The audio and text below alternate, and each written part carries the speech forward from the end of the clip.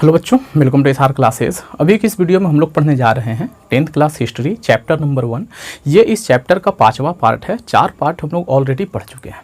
तो आज की इस वीडियो में हम लोग बात करेंगे इटली का एकीकरण और साथ ही साथ जर्मनी का एकीकरण। स्टार्ट करते हैं अपने वीडियो को और पढ़ते हैं इटली का एकीकरण। तो इटली का एकीकरण पढ़ने से पहले हम लोग थोड़ा सा इटली का इतिहास देख लेते हैं। खासकर जो उसका राजधानी हुआ करता था रोम, उसका इतिहास देख लेते हैं। तो रोम का इतिहास काफ़ी गौरवशाली रहा है। रोमन साम्राज्य का जो विकास हुआ था वो वहीं हुआ था। रोम जो था वो राजनीति का केंद्र कहा जाता था एक ज़माने में उसे। वो ना सिर्फ राजनीति का केंद्र था बल्कि आर्थिक और सांस्कृतिक कार्यक्रम में भी बहुत आगे था। तो हम लोग कह सकते हैं कि रोम का एक अलग ही महत्व था पूरे यूरोप में। लेकिन जैसे जैसे समय बीतता गया रोम अपना गौरव खोता गया। फिर एक ऐसा टाइम आया जब 1815 ईस्वी में मेटरनिक ने कहा था पूरे इटली के बारे में, ना सिर्फ रोम के बारे में बल्कि पूरे इटली के बारे में। उसने कहा कि इटली आज एक मात्र भौगोलिक अभिव्यक्ति बन के रह गया है। भौगोलिक अभिव्यक्ति का मतलब क्या होता है? जो सिर्फ देखने का चीज़ होता है, उसके अंदर कोई जान नहीं होता। वैसा ही इटली के बारे में उसने कहा था। तो ये था इटली का इतिहास। अब हम लोग बात करते हैं इटली का एकीकरण। तो एकीकरण का मतलब होता है कि कोई चीज़ बिखरा हुआ है उसे जोड़ना। तो क्या इटली बिखरा हुआ था जिसे जोड़ने का नौबत था? तो बिल्कुल, इटली जो था वो बिखरा हुआ था। इटली का बिखराव हम लोग 2 हिस्से में पढ़ेंगे। एक पढ़ेंगे 1815 से पहले का इटली और एक पढ़ेंगे 1815 के बाद का इटली। तो मैंने यहाँ पे पॉइंट्स लिख रखे हैं। तो आइए देखते हैं उन पॉइंट्स को कि उनमें मैंने क्या क्या लिखा है। तो मैंने यहाँ पे लिखा है कि 1815 से पहले का इटली कैसा था। तो इटली जो था वो 4 हिस्से में बटा हुआ था 1815 से पहले। ठीक है, उत्तरी इटली जिसमें राजतंत्र था, एक था ऑस्ट्रिया के प्रभाव वाला इटली, तीसरा जो था वो था मध्य इटली मतलब कि बीच का इटली जिसपे पोप का कब्जा था। पोप मतलब जो चर्च था उसका। इसके अलावा जो दक्षिणी इटली था जिसमें कि नेपल्स और सिसिली के क्षेत्र आते थे, इस पे एक अलग ही राजतंत्र चल रहा था। तो टोटल 4 हिस्से में बटा हुआ था और ये चारों हिस्सा में जो लोग रहते थे वो विभिन्न वर्ग के थे, अलग अलग भाषाएं बोलते थे और अलग अलग प्रजातियां थी उनकी। अब बताओ, जिनका भाषा अलग है, जिनकी प्रजाति अलग है, वो लोग एक साथ कभी मिल के रहना पसंद करेंगे? नहीं पसंद करेंगे। तो मतलब ये था कि उसको एक साथ जोड़ना काफ़ी मुश्किल था। लेकिन इन तमाम मुश्किलों के बावजूद भी 3 ऐसे राष्ट्रवादी वहां पैदा हुए। अब ये नहीं कह सकते कि सिर्फ वही 3, लेकिन 3 जो प्रमुख राष्ट्रवादी थे उन्होंने अथक प्रयास किया, कड़ा प्रयास किया और उनके प्रयास का नतीजा था कि 1870 ईस्वी में इटली का एकीकरण संभव हो पाया। ये तीनों कौन थे? मैंने यहाँ पे लिख रखा है उनके बारे में। इन तीनों का नाम है मेजिनी, काबूर और गैरीबाल्डी। इन तीनों ने अथाह मेहनत किया, एकदम हद कर दिया, तब जाकर के इटली का एकीकरण संभव हो पाया। अब देखिए बात करते हैं 1815 ईस्वी के बाद का इटली। अब आप लोग पूछ सकते हो कि सर 1815 इतना इंपॉर्टेंट कैसे है? तो 1815 इतना इंपॉर्टेंट इसलिए है बच्चों क्योंकि 1815 से पहले इटली पर जो था ना वो नेपोलियन का कब्जा हो गया था। तो इन चारों पर एक साथ नेपोलियन कब्जा किए हुए था। इन मतलब 4 हिस्से में बटे हुए तो थे लेकिन कब्जा किसका था? सिर्फ एक इंसान का था, नेपोलियन का था। लेकिन 1815 ईस्वी में चूंकि नेपोलियन हार गया तो फिर से इन चारों पे अलग अलग लोगों का राज हो गया। ठीक है, तो 1815 इसीलिए इतना इंपॉर्टेंट है। तो हुआ ये कि 1815 ईस्वी में इटली को विभिन्न खंडों में बांट दिया गया। जैसे कि 4 हिस्सा में पहले बटा हुआ था वैसे ही और खंड इसके बना दिए गए। कुछ हिस्सा ऑस्ट्रिया को मिला, कुछ हिस्सा फ्रांस को मिला, कुछ हिस्सा सार्डिनिया पिडमोंट को दे दिया गया और जो बीच का हिस्सा था वो पोप के कब्जे में फिर से आ गया। पोप का राज वहाँ फिर से चलने लगा। ठीक है, तो ये था इटली का भौगोलिक ये मतलब वातावरण कि कैसे उसको बांट दिया गया। अब हम लोग बात करते हैं कि इटली के एकीकरण में बाधा क्या था, कौन कौन सी ऐसी चीज थी जो कि रुकावट थी, एक नहीं होने दे रहा था इटली को। तो सबसे पहला जो चीज था वो था भौगोलिक स्थिति। भौगोलिक स्थिति का मतलब होता है कि बनावट, इटली का बनावट कुछ ऐसा था कि इटली 4 हिस्से में बटा हुआ था और जो बीच का हिस्सा था वो था पोप का। अब दक्षिणी इटली और उत्तरी इटली मिले तो कैसे मिले? बीच में तो पोप का राज्य है और पोप नहीं चाहता था कि हम इन दोनों के साथ मिलें, ये अपना एक अलग राज चाहता था। तो कोई इंसान बीच में रह करके अलग कैसे रह सकता है? और दक्षिण और उत्तर वाला अगर मिलना चाहे भी तो कैसे मिल सकता है? तो तुम लोग कहोगे सर पोप को क्यों नहीं मार पीट के भगा दे रहा था? तो पोप जो था वो धार्मिक इंसान था और कैथोलिक चर्च में था वो। ठीक है। तो पूरे यूरोप पर लगभग जितने भी मजबूत देश थे पूरे यूरोप में, वो सब कैथोलिक मानने वाले थे, कैथोलिक धर्म को मानने वाले थे। तो अगर ये पोप पे कुछ करता तो पूरे यूरोप से इसके सपोर्ट में लोग आ जाते। तो ये लोग डरते थे पोप को कुछ करने से। तो सबसे पहला कारण जो था वो क्या था कि भौगोलिक स्थिति खराब था, बीच में पोप का राज था। अगर ये साइड में रहता तो ये लोग साइड से बाकी सारे मिल जाते और इसको फिर बाद में देख लेते। दूसरा था कि पोप ना सिर्फ बीच में रुकावट पैदा कर रहा था, बल्कि वो चाहता था कि पूरे इटली का धार्मिक एकीकरण हो। मतलब वो चाहता था कि पूरा इटली एक धर्म को मानने वाला बन जाए और फिर पूरा इटली एक हो जाए। तो कभी भी ये संभव है कि कोई भी एक देश में सिर्फ एक धर्म के मानने वाले लोग हों? तो धार्मिक एकीकरण संभव नहीं था। अब पोप को कौन समझाता ये बात? वो समझ नहीं रहा था। वो चाहता था कि हम इटली को क्या करें, धार्मिक एकीकरण कर दें, धार्मिक एकीकरण में बांध दें। तो दूसरा ये कि पहला तो पोप जो ये किए हुए था, मतलब इसका जगह खराब था। दूसरा उसका सोच खराब था। तीसरा ये है कि कुछ हिस्सा ऑस्ट्रिया के कब्जे में था और कुछ हिस्सा फ्रांस के कब्जे में था। खास करके ये पोप वाला हिस्सा पोप को फ्रांस ही सपोर्ट किए हुए था। कह रहा था अगर आपको कोई कुछ करेगा तो हम हैं, आप बढ़िया से रहिए। तो मतलब ऑस्ट्रिया और फ्रांस ये दोनों भी इटली के एकीकरण में रुकावट थे। अगला जो है रुकावट वो था कुलीन वर्ग, यानी कि पैसे वाले लोग। वो नहीं चाहते थे कि इटली एक हो जाए। तो इतने सारे रुकावट थे, लेकिन इतने सारे रुकावट के बावजूद कुछ ऐसे भी तत्व थे जो एक होने में सहायक सिद्ध हो रहे थे। सबसे पहला चीज राष्ट्रवाद का विकास हो रहा था। तो अब हम लोग देख लेते हैं कि एकीकरण में सहायक तत्व कौन कौन से थे। तो सबसे पहला चीज राष्ट्रवादी भावना का विकास हो रहा था। दिन ब दिन लोगों में राष्ट्रवाद की भावना जागती चली जा रही थी, बढ़ती चली जा रही थी। दूसरा, वहाँ के लोग काफ़ी एक्टिव हो गए थे। वो लोगों के बीच में जाते थे और अपने इतिहास को याद दिलाते थे कि हमारा इतिहास कितना गौरवशाली रहा है। आज हम कैसे मतलब अलग अलग हिस्सों में बट गए हैं, बाहरी लोग आकर के हम पे राज कर रहा है। ये सारा कुछ जाते थे तो लोगों को गुस्सा आता था। जब बड़े लोग उनको समझाते थे तो बड़ा गुस्सा आता था। और उन बड़े लोगों में कौन से लोग थे? तो वो लोग थे सांस्कृतिक लोग थे। इसके अलावा इतिहासकार थे जो इतिहास की बातें बताते थे, लेखक लोग थे, नाटककार लोग थे जो कि नाटक लिखते थे। इसके अलावा और भी बहुत से ऐसी चीज़ें थी जो कि यहाँ एकीकरण में सहायक सिद्ध हो रहा था। जैसे कि कुछ ऐसे संगठन थे जो कि लड़ाई लड़ रहे थे। गुप्त संगठन बना हुआ था जिसमें प्रमुख था सबसे, वो था कार्बोनारी। 1810 ईस्वी में इस संगठन का स्थापना हुआ था और ये जो था वो मारपीट में विश्वास रखता था। ये चाहता था कि जो यहाँ पे कब्जा किए हुए हैं उसको हम मारपीट करके यहाँ से इटली से भगा दें और भगा करके पूरे इटली को एक कर दें। तो ये सारी जो चीज़ें थी वो इटली के एकीकरण में सहायक थी। अब हम लोग बात करते हैं इटली के एकीकरण के नायकों की, मतलब कि जो हीरो थे वहाँ के, जिन्होंने इटली के एकीकरण में जी जान लगा दिया। तो जो सबसे पहला हीरो है, जैसा कि हम सब लोग जानते हैं, नाम है उसका मेजिनी। इसको कहा जाता है कि ये इटली के एकीकरण का मसीहा है ना, जिसको पैगंबर भी कह सकते हैं। तो इटली के एकीकरण के मसीहा के रूप में हम लोग किसे जानते हैं? मेजिनी को। ये ऑब्जेक्टिव का सवाल भी बनता है बच्चों कि इटली का मसीहा किसे कहा जाता है, या तो फिर एकीकरण का मसीहा किसे कहते हैं? तो मेजिनी को कहा जाता है। ये राजतंत्र का प्रबल विरोधी था। इसका कहना था कि किसी भी देश में राजतंत्र नहीं होना चाहिए, पब्लिक अपना राजा खुद चुने, ऐसा इसका सोच था। बात करते हैं इनके जन्म का। 1805 ईस्वी में इनका जन्म हुआ था जेनोवा प्रांत के सार्डिनिया जगह में। ठीक है, यहाँ उनका जन्म हुआ था।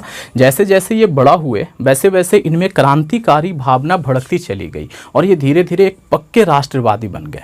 जब ये जवान हुए तो इन्होंने कार्बोनारी की सदस्यता ग्रहण कर ली। कार्बोनारी कौन सा? ये वाला संगठन जो कि मारने पीटने में विश्वास रखता था, तो उसकी सदस्यता ग्रहण कर लिया। ठीक है, और क्रांतिकारी गतिविधियों में लिप्त हो गए, लड़ाई झगड़ा करने लगे। जो भी इटली को एक नहीं होने देना चाहते थे उनसे इनकी लड़ाई स्टार्ट हो गई। इसके बाद एक घटना हुआ था, वो था नेपल्स में एक विद्रोह हुआ था। नेपल्स एक शहर है, वहाँ विद्रोह हुआ था 1821 ईस्वी में। तो इस विद्रोह को काफ़ी निर्दयता पूर्वक दबाया गया था। विद्रोहियों को मतलब कुछ को गोली मार दिया गया, कुछ को काट दिया गया, मतलब अजीब तरीके से एकदम डरा धमका करके सबको चुप करा दिया गया था। तो जिस तरीके से उनको चुप कराया गया था उससे मेजनी पर बड़ा बुरा प्रभाव पड़ा और तब से उसने कहा कि ये इटली रहने के लायक नहीं है और वो काला कपड़ा पहनने लगा उसके विरोध में। तो उस दिन के बाद से, मतलब कि 1821 ईस्वी के बाद से, खास करके जो मतलब हम लोग कह सकते हैं एग्जैक्टली नेपल्स के विद्रोह के बाद से वो क्या करने लगा? काला वस्त्र पहनने लगा था। इसके बाद एक और विद्रोह हुआ इसके ठीक तकरीबन 10 साल बाद, 1830-31 का जो विद्रोह हुआ था उसमें ये खुलकर भाग लिया, खूब लड़ाई लड़ा मेजनी। और इसमें ये इतना लड़ाई लड़ा कि कहा नहीं जा सकता, लोगों की नज़रों में आ गया। तो सरकार की नज़र में भी आया होगा, सरकार की नज़र में पक्का आया और इटली का एकीकरण हुआ नहीं।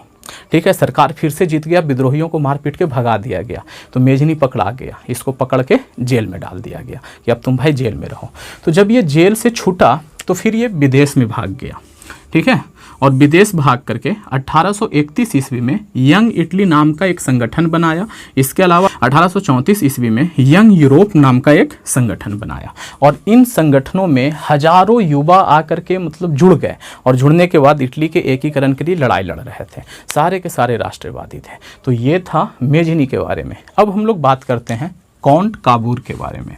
कहा जाता है कि इटली के एकीकरण में जो दिमाग था वो इन्हीं का था, यही अपने दिमाग से इटली को एकीकृत कर पाए। जन्म का बात करें तो 1810 ईस्वी में इनका जन्म हुआ था। ये मेजनी के जैसा नहीं था कि भाई वो राजा को पसंद नहीं करता था, ये बड़ा अलग इंसान था, दिमाग था इनके पास। ठीक है, इनका कहना था कि अगर इटली को एक करना है तो बिना किसी शक्तिशाली राजा के एक नहीं होगा। हमसे और आपसे मतलब लोग भागने वाले नहीं हैं, हम और आप डरा करके नहीं भगा सकते बाहरी लोगों को। ऑस्ट्रिया यहाँ से नहीं भागेगा, उसके पास सेना है, वो क्यों भागेगा हमसे? सेना के पास बंदूक है, तलवार है, हमारे पास सिर्फ हाथ है, तो हम हाथ से तलवार वाले को कैसे भगा सकते हैं, बंदूक वाले को कैसे भगा सकते हैं? तो अगर उनको भगाना है तो आपको भी एक सेना बनाना पड़ेगा। अब हम और आप तो सेना बना नहीं सकते, तो किसी का बना बनाया सेना का साथ दीजिए और उसके मदद से बाहरी लोगों को भगाइए, फिर हम लोग आपस में सुलट लेंगे मामला को।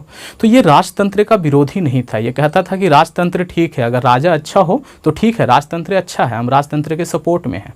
और ये आदर्शवादी भी नहीं था। आदर्शवादी किसको कहते हैं? जिसके कुछ आदर्श हों, अपने कुछ उसूल हों कि हम इन उसूलों के खिलाफ नहीं जाएंगे, ऐसा कुछ नहीं है। जैसे होता है ना, किसी का एक उसूल होता है हम औरतों पर हाथ नहीं उठाते, ऐसे नहीं उठाना चाहिए, लेकिन ऐसा इसका कुछ मतलब बना बनाया उसूल नहीं था, ये यथार्थवादी था। यथार्थवादी का मतलब होता है जैसा जरूरत पड़े वैसा रिएक्शन देता था, यह इंसान दिमाग से खेलता था। ठीक है, तो 1810 ईस्वी में इनका जन्म हुआ था, बताए थे हम। और ये आर्थिक एवं सैनिक शक्ति को अनिवार्य मानता था। इसका कहना था कि बिना पैसे के और बिना सैनिक शक्ति के हम लोग इटली से किसी को बाहर नहीं भगा सकते, और इसके लिए अगर विदेश से सहायता मांगना पड़े ना तो मांग लो, कोई दिक्कत नहीं है। कोई दूसरा देश अगर सपोर्ट करना चाहता है तो सपोर्ट ले लो, पहले इसको भगाओ बाद में उसको भी भगा देंगे। तो विदेशी सहायता से भी इसको इनकार नहीं था। मैंने बताया कि ये आदर्शवादी नहीं था बल्कि यथार्थवादी था, राजतंत्र का समर्थक था। 1850 ईस्वी में सार्डिनिया में एक नया राजा बना था जिसका नाम था विक्टर इमैनुएल। तो ये उसी का प्रधानमंत्री बन गया, और प्रधानमंत्री बनने के बाद इसने बहुत से ऐसे काम किए जिससे कि इटली के लोगों में पैसा आया, मतलब उनकी आर्थिक स्थिति मजबूत हुई, सैनिक भी ये मजबूत किया। और विक्टर इमैनुएल इंसान भी अच्छा था, तो इसको एक अच्छा राजा मिल गया जैसा कि ये चाहता था, और ये उसका प्राइम मिनिस्टर भी बन गया, प्रधानमंत्री भी बन गया। दोनों मिल के काम करने लगे और इन दोनों का बस एक ही लक्ष्य था, विक्टर इमैनुएल का भी और साथ ही साथ काउंट काबूर का भी, कि पूरे इटली को एक करके मानना है। तो ये था काउंट काबूर के बारे में। अब हम लोग बात करते हैं गैरिबाल्डी के बारे में। गैरिबाल्डी का जन्म 1807 ईस्वी में नीस नाम का एक शहर था, वहाँ हुआ था। जैसे जैसे ये बड़ा हुआ इसके अंदर भी राष्ट्रवादी भावना पनपती चली गई। जितना बड़ा क्रांतिकारी मेजनी और काबूर था उतना ही बड़ा गैरिबाल्डी भी था। और गैरिबाल्डी जो था वो सैनिक था, वो लड़ने में भरोसा रखता था। मेजनी को अगर यहाँ पे इटली के एकीकरण का मसीहा कहा जाता है और काबूर को दिमाग कहा जाता है, तो गैरिबाल्डी को एकीकरण का तलवार कहा जाता है। लोग कहते हैं कि इटली को एक करने में गैरिबाल्डी के तलवार का बहुत बड़ा योगदान रहा है। अगर गैरिबाल्डी नहीं होता तो इटली एक नहीं हो पाता। मतलब इसने बहुत सी लड़ाइयाँ लड़ी थी। ये ऐसा था कि किसी को भी लड़ने के लिए मतलब उकसा देता था, किसी के अंदर भी हिम्मत भर देता था, एक लीडर था। एक लड़ाई तो इसने ऐसा लड़ा था कि किसानों को लेकर लड़ गया था। लड़ने का काम किसका है? सैनिकों का, लेकिन ये किसान को लेकर लड़ गया था। तो सोचो किसान को कैसे ये तैयार किया होगा बोल बोल करके कि वो लड़ने के लिए तैयार हो गए होंगे। और ना सिर्फ उसको लेकर के लड़ा बल्कि जीत भी गया था। तो ऐसा इंसान था गैरिबाल्डी। तो जब ये बड़ा हुआ तो इसने यंग इटली का सदस्यता ग्रहण कर ली, और ये मेजनी का मतलब बहुत बड़ा समर्थक था, मेजनी को बहुत मानने वाला था। और चूंकि ये क्रांतिकारी गतिविधियों में लिप्त रहता था तो इसलिए एक बार ऐसा हुआ कि इसको फांसी का सजा सुना दिया गया। तो फांसी का सजा सुना दिया गया। तो बस फांसी पड़ने ही वाला था कि ये जेल तोड़ करके भाग गया और विदेश भाग गया। जब वो वापस लौटा 1848 ईस्वी में, तो इसको भी समझ में आ गया कि मेजनी जिस रास्ते पे चल रहा है उस रास्ते से इटली का एकीकरण संभव नहीं हो पाएगा। तो ये मेजनी को छोड़ दिया और काउंट काबूर के सानिध्य में आ गया, उसके साथ काम करने लगा। और फिर काउंट काबूर इसको मतलब दिमाग से बताता था कि तुमको ये करना है, वो अपनी तलवार से उसको पूरा कर देता था। तो इस तरीके से इन तीनों ने मिल करके इटली का एकीकरण संभव कर दिखाया। तो ये था इटली के बारे में। अब हम लोग थोड़ा सा देख लेते हैं कि एकीकरण हुआ कैसे कैसे और कब कब हुआ। ठीक है बच्चों, तो चलते हैं अगली स्लाइड में। तो अब हम लोग बात कर लेते हैं इटली के एकीकरण के प्रमुख चरणों का। ऐसे तो इटली का एकीकरण कुछ किताब में ऐसा दिया हुआ है कि 4 चरणों में हुआ और कुछ किताब में ऐसा दिया हुआ है कि 3 चरणों में हुआ। तो मैंने यहाँ पे 3 चरण में दिखाया है। जो 4 चरण है वो भी मैं बता देता हूँ। 1848 से पहले तक जितने भी प्रयास किए गए उसको प्रथम चरण कहा जाता है, जब अगर 4 चरणों में बात करेंगे तब।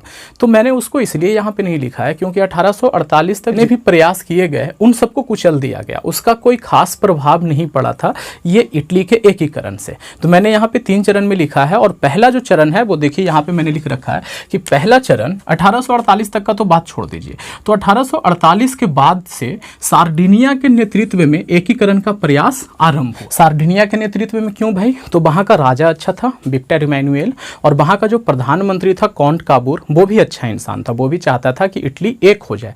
तो इसीलिए इसके नेतृत्व में स्टार्ट हुआ और अच्छा इंपैक्ट पड़ा। हुआ ये कि 1854 ईस्वी में एक युद्ध लड़ा जा रहा था, क्रीमिया नाम की जगह पे युद्ध हो रहा था। तो इसीलिए उस युद्ध का नाम क्या है? क्रीमिया का युद्ध है।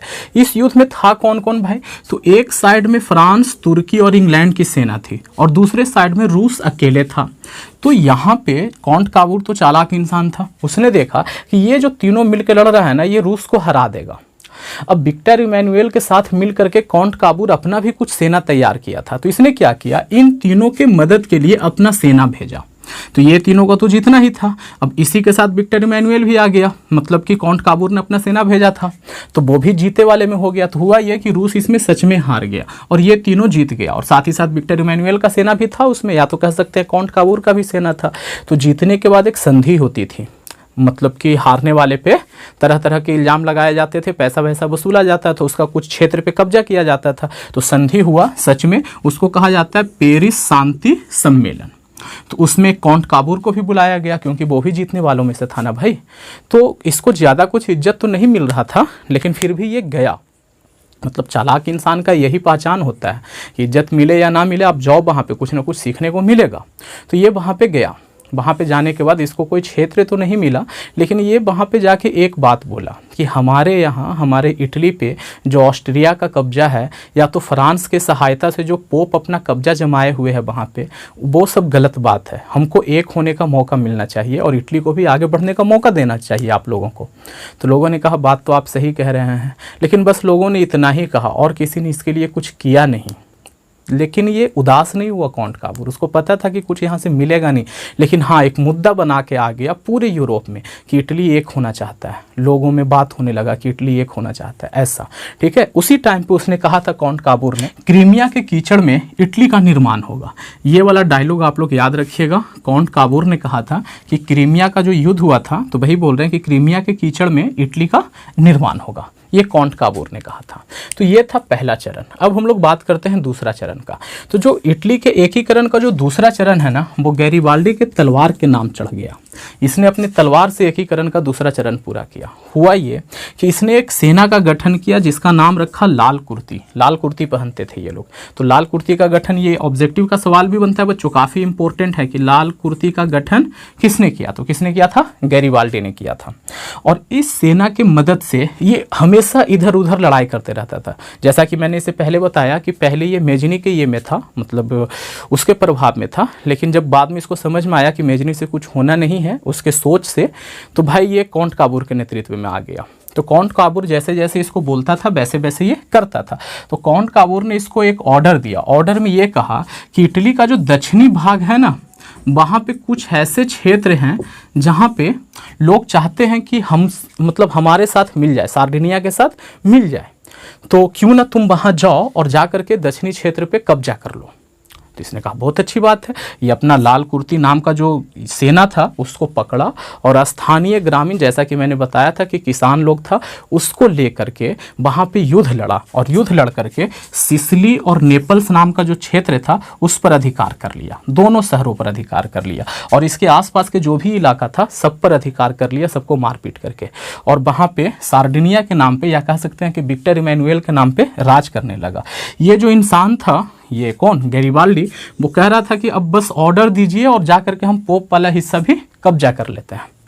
लेकिन कॉन्ट काबूर चालाक इंसान था, उसने कहा थोड़ा सब्र रखो, ध्यान से समझिएगा। ये देखिए, ये मैंने गोल सा बना दिया है, ये इटली है, बीच में ये रहा पोप का हिस्सा, मान लेते हैं कि ये सार्डिनिया है, ये वाला हिस्सा उत्तरी हिस्सा है और ये वाला हिस्सा दक्षिणी हिस्सा है।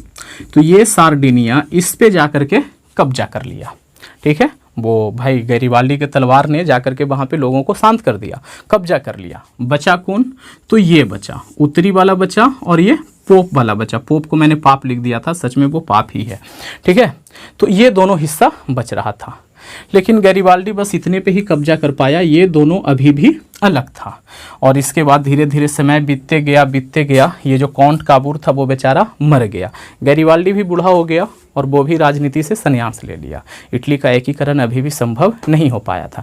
तो दूसरा चरण में ये हुआ था कि ये दक्षिणी वाला क्षेत्र पर कब्जा हो गया था विक्टर इमैनुएल का। अब ये दो बच रहा था, तो ये दो जो हुआ ना वो इटली के अंतिम चरण में हुआ, एकीकरण के अंतिम चरण में।